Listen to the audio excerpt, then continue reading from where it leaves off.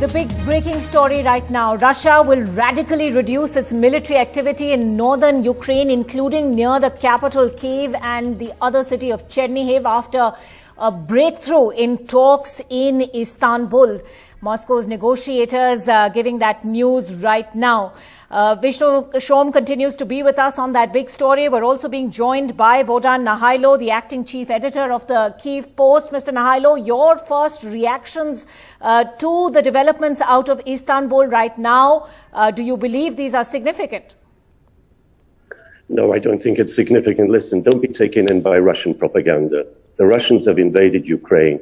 They say they are pulling back from Kyiv and Chernihiv. They still want to occupy Crimea and all of the Donbass. They are invaders.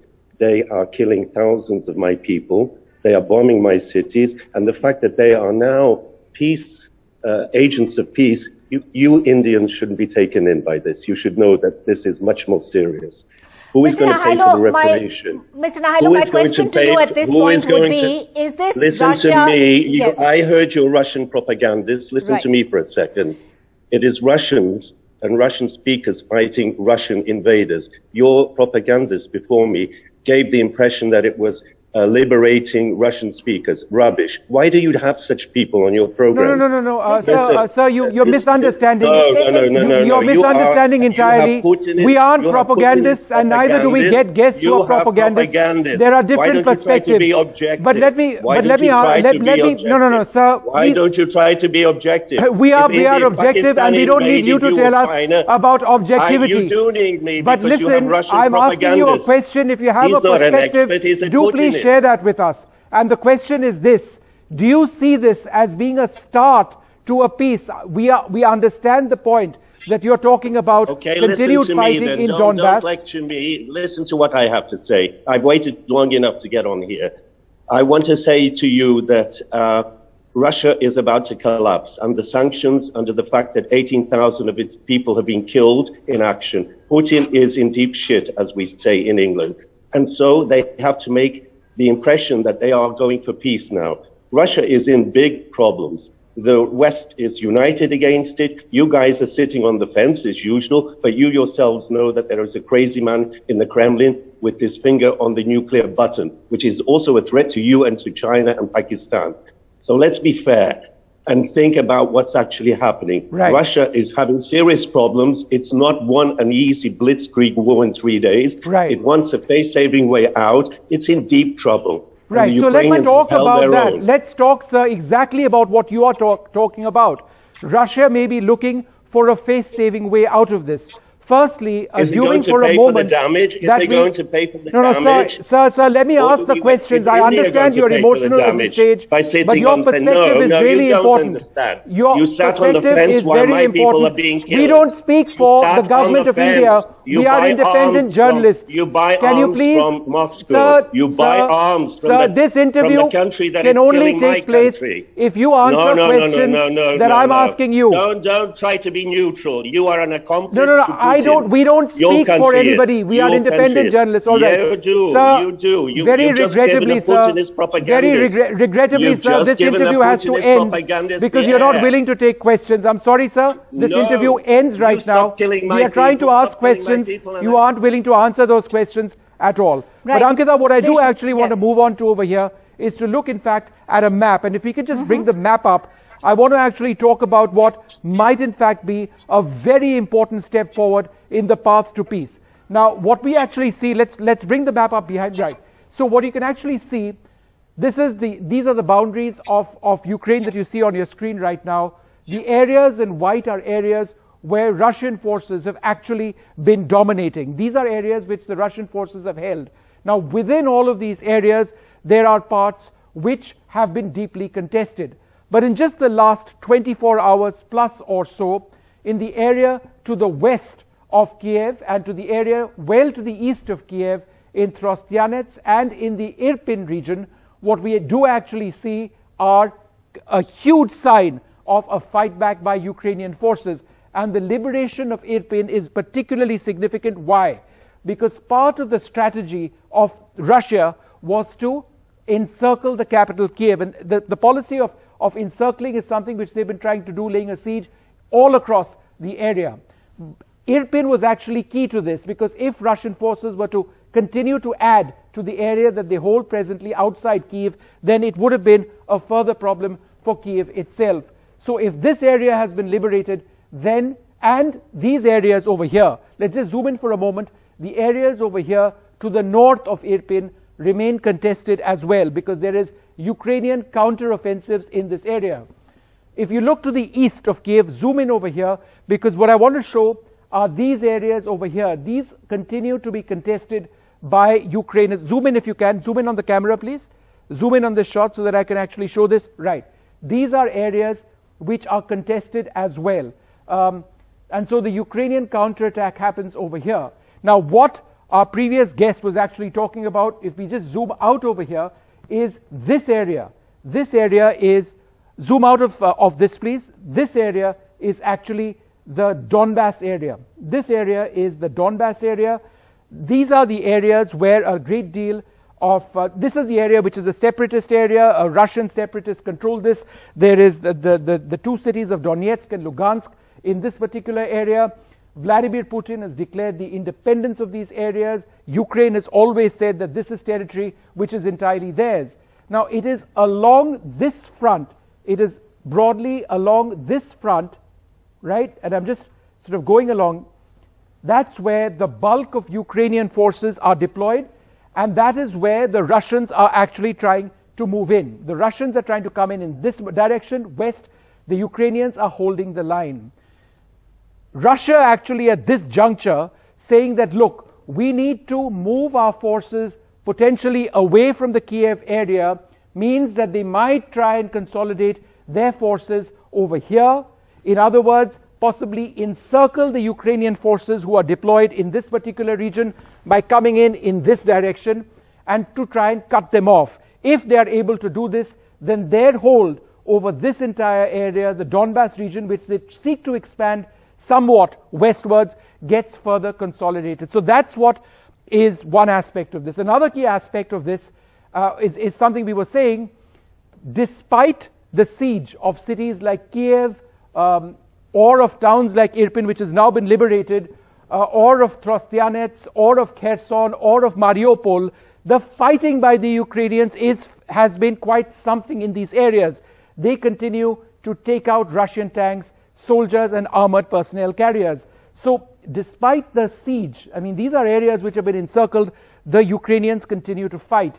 It is very much a David versus Goliath area. Kherson is an area which is contested at this stage. It was believed to be largely under Russian influence, but the latest information is that it is also a deeply contested area. So what we are actually seeing at this juncture, it's a huge development coming out of Turkey. Why Turkey? Because that's where these talks are taking place between Russia and the Ukraine, the leadership of Turkey facilitating that. And there is this conversation now of a serious de-escalation by Russian forces from the Kyiv area. Now, Ankita, one final point before I hand back to you, and I know that there's so much over here to talk about, and I must say I'm naturally excited in having covered this so closely, because is this the beginning of a sign of peace in this area? It is a catastrophic war. That's the point I'd like you to elaborate on a little further. In what way would you say this is sort of significantly different from earlier rounds of talks, when also there have been sort of signs of encouragement, but in the last couple of days we've also actually heard Russia saying, shifting the goalposts as it was, saying that focus is no longer on Kyiv, talking about just liberation of Donbass and so on. So would you say that the Russians are walking a different talk right now as well? The Russians started walking a different talk a couple of days back when they started talking about the Donbass area which I described, and saying that their original objective was the consolidation of that Donbass area. Remember, they declared that area to be independent. These were separatist areas backed by Russian forces. Russia says they are independent states at this, they are an independent state at this juncture. So that was the first sign. Again, Russia saying that, look, remember what our original objective was. That gave an indicator that perhaps Russia was looking to move the bulk of their military forces to the east of the country. The question is, where would that leave Kyiv? Now, if you don't capture Kyiv, then you don't get Ukraine. That's the bottom line over here. So if the Russians were to deploy their forces further to the east. They would actually encircle Ukrainian forces who are over there. So there would still be a military fight taking place over there. But the fact that the capital of Ukraine would potentially see far less violence going forward, and the city of Chernihiv, that I would suggest is the biggest and most important statement made by the Russians so far. Will they actually continue to walk the talk, or will we be having this conversation perhaps a week, 10 days later, once again? Well, I think those are the questions that were being raised by the Ukrainian journalist we had earlier on the show, dismissing it as Russian propaganda. But let's actually find out at this point exactly what transpired at those peace talks in Istanbul. We're being joined by Melinda Nusifora, a journalist from Istanbul. Melinda, thank you for speaking with NDTV. Can you give us details of what has now been said by both sides?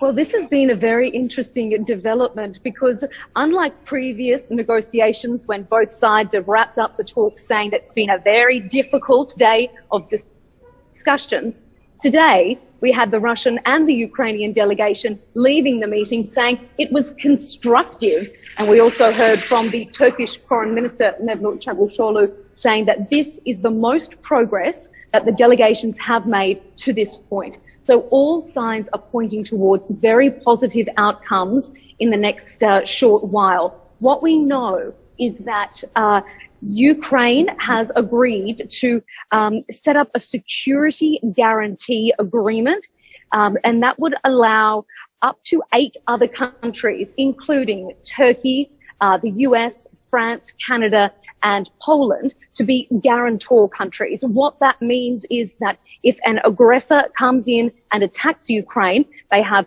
3 days to find a diplomatic solution. If no diplomatic solution can be reached, those guarantor countries need to step in militarily and support Ukraine. Ukraine says it's willing to take that move and also assume a neutral status. That means it will not be joining NATO and it cannot have foreign military bases on its territory. These are quite big concessions from Ukraine, but we've also heard the Russian side saying they will agree to de-escalate attacks on Kyiv and in the neighboring cities. So this is setting up the stage now for the foreign ministers who are going to be coming together very shortly to thrash out a peace agreement. And then we hear that is going to be taken to the leaders of both countries. And very soon, Melinda, we could have them sitting down in the same room together. Pardon me for interrupting, but is there any possibility of a face-to-face meeting between the Russian and Ukrainian presidents, something Zelensky has been asking for some time now?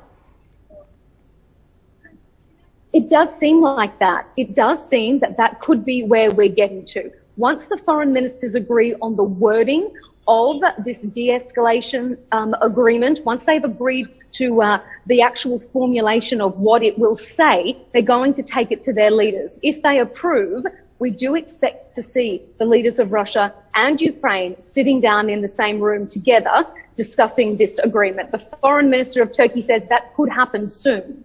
Right. Melinda, just to get back to what you were talking about, the security guarantees which Ukraine would possibly seek, if it does involve if it does mean the involvement of countries like Poland or other countries, some within NATO, wouldn't that be really problematic for Russia to accept? It is definitely going to be an issue with a lot of grey areas that really needs to be thrashed out. It sounds good in theory, but exactly the wording of how this is going to actually be constructed is going to be the devil in the detail. Apparently, the Ukrainian delegation says it's going to take 2 weeks now to put together what it would like to see, its best case scenario, and begin negotiations with the guarantor countries. It's up to all of them to agree on what it will look like, and then that's going to be put to the foreign ministers to discuss. It's certainly by no means a done deal, but it is definitely a step closer than anything we've seen from previous negotiations. And who are these guarantor countries going to be? Do we know at this stage? Up to 8 guarantor countries. The countries that have been named at this stage are Turkey, France, the United States, Canada, and Poland, potentially Israel as well. But that's not to say that those countries have already officially agreed to sign on. That is just who the Ukrainian side has flagged could potentially be involved. All right. And what about the next timelines? You mentioned a meeting of foreign ministers after this round of talks is sorted out and signed possibly. When is that going to happen?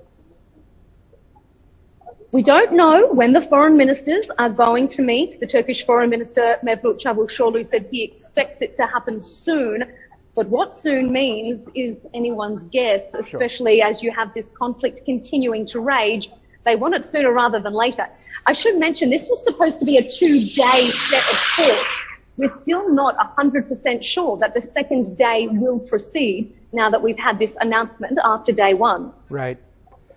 All right. Well, Melinda, thank you so much for joining us, sharing those details. It is a very important day, 34 odd days into this conflict, and the first real signs of peace. Let's just hope that leaders from both sides walk the talk, and the leadership of both sides actually agrees with this. Thank you very much once again for being with us. Ankita?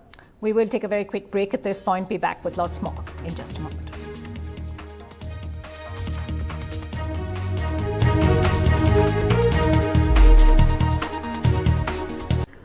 All right, a major breakthrough in peace talks between Russia and Ukraine currently taking place in Istanbul in Turkey. And we heard many more details about that and possible negotiations that could now continue for the next fortnight or so. Of course, Vishnu, it's going to be very important to see what happens on the ground in Ukraine while those negotiations are being hammered out. In fact, Ankita, why don't we just go back to that map so that I can explain to our viewers what exactly we are looking at.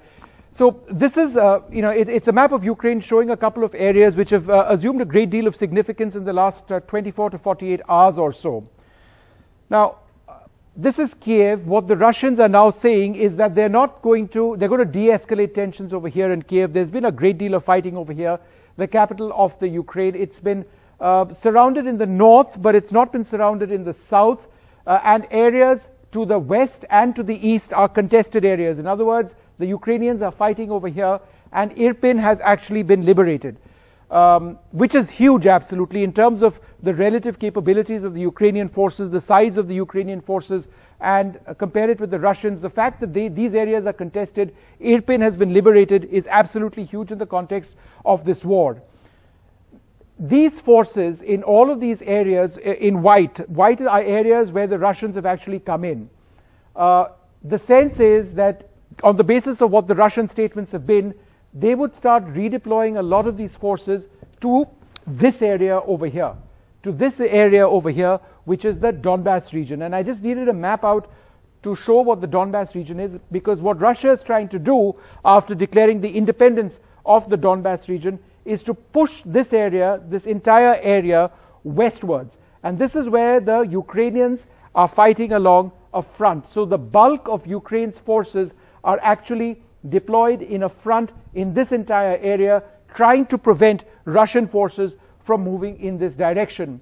The sense is that if Russia decides to move away from Kyiv because it's untenable for them at this juncture for various reasons that we can discuss, they would try to come over here and encircle all the Ukrainian forces who may be fighting over here. So the Ukrainians would be facing Russians from here, and they could potentially be facing Russians from here as well if that redeployment takes place. So that would be catastrophic potentially for Ukrainian forces. But that's not happened so far. The good news is that Kyiv and the city of Chernihiv, and we'll bring up a map pointer on that in just a little while, those areas, the Russians say they are going to actually de-escalate. Now, it is very important to assert at this stage that while the military campaign has been going disastrously for the Russians continue to have overwhelming firepower in this area across the country. The Russians have not deployed their heavy bomber fleets in any substantive manner. They've not brought in very substantial replacements or additions to their force, and they've not really bulked up their forces, nor have they destroyed Ukrainian cities, with the exception of Mariupol in the south over here, which has seen actually a lot of the fighting. But the Ukrainians continue to fight over here. Relatively speaking, and I repeat, relatively speaking, in Kyiv, the center of Kyiv is still by and large intact. Lots of these areas have seen a lot of damage, but they've not been 100% obliterated, which is something which would have actually taken place had the Russians stepped up their offensives. offensive. And by and large, the number of civilian casualties which we are actually seeing, and even though the numbers are large, several thousand, it could have been much, much larger. Therefore, in a situation like this, it's important to once again reiterate that Russia has still not deployed a lot more of what they have. And that is possibly because they realize that if they were to do that, if they were to destroy Ukraine's cities, they would then need to hold those cities. And for that, there are calculations which have been done. The Russians would need upwards of 5 lakh personnel, whether it's the army, police, soldiers, whoever it is, to hold the key Ukrainian cities. Given the fact that this is already, in one sense, turned into a guerrilla battle inside some of the Ukrainian cities, it would possibly be very difficult for the Russians going forward to actually hold these areas. So if there is a calculation which has taken place, it is this, that the agenda number 1 of the Russians, which was to ensure that this area, the Donbass region, is actually strengthened and moves further in this direction, that is where they'll prioritize their forces. It was getting unrealistic for them to try and get hold of Kyiv itself without destroying it. What does that achieve? Do they have the funds to rebuild Kyiv, or for that matter any of the other areas? The answer is no at this juncture. So reinforce their positions over here, Donetsk, Lugansk, which are located over here, this entire area called the Donbass region, the entire area over here called the Donbass region, and see where that actually goes. So that's a broad understanding, and these are basic maps. We'll try and work on these maps, bring our viewers more details. But for the moment, it's back to you, Ankita. Vishnu, very quickly before I let you go, on this larger point of the peace negotiations now, Kyiv or Ukraine says it wants legally binding security guarantees that will offer Ukraine protection now from a group of allies in the case of any future attack. How is this going to play out in the light of what we've heard from Russia? Deeply problematic, Ankita. It's going to be very difficult for Russia to accept that, because as our colleague in Turkey was actually mentioning a few days back, the countries whose names have actually been proposed include Poland, which is a part of NATO, include France, which is a part, it has an independent policy, but it is essentially linked to NATO as well, and the United States of America, the heart of NATO itself. Russia would never accept that. So I don't think that as a policy is going to work. Would there be other countries who would come to the defense of the Ukraine if there is any future Russian invasion? Hypothetical. Who would those countries be? Right. One doesn't know at this stage. But let's take a look. Some of the names that have been mentioned include Israel. Once again, that's right. What is the likelihood of Israel becoming a security guarantor for Ukraine? Well, Israel has played a key part. Naftali Bennett, the Prime Minister of Israel, has been one of the international leaders, along with Erdogan of Turkey and Macron of France, in reaching out to Vladimir Putin, not once, but over and over and over again, saying that, look, let's de-escalate, let's bring down tensions, let's work towards an actual solution. So will we actually see Israeli forces? It's all in the realm of something hypothetical, and I would say that at this stage, perhaps Vladimir Putin may not be willing to accept very much, if any, of some of the suggestions. But that statement, all that we should really focus on now, Ankita, is the statement. Why? Because it comes from Russia. It comes from an authority saying they are going to de-escalate in 2 cities. One of them, the most important city of them all, in a sense, Kyiv, the capital of the Ukraine. Let's just go to this map once again, because we've updated the map. Let's first bring you some of the key areas in the Ukraine, and then we'll talk about all of these areas. That's the capital, Kyiv. You can see Odessa, the key port. There's the Russians have been trying to attack Odessa. No real progress over there.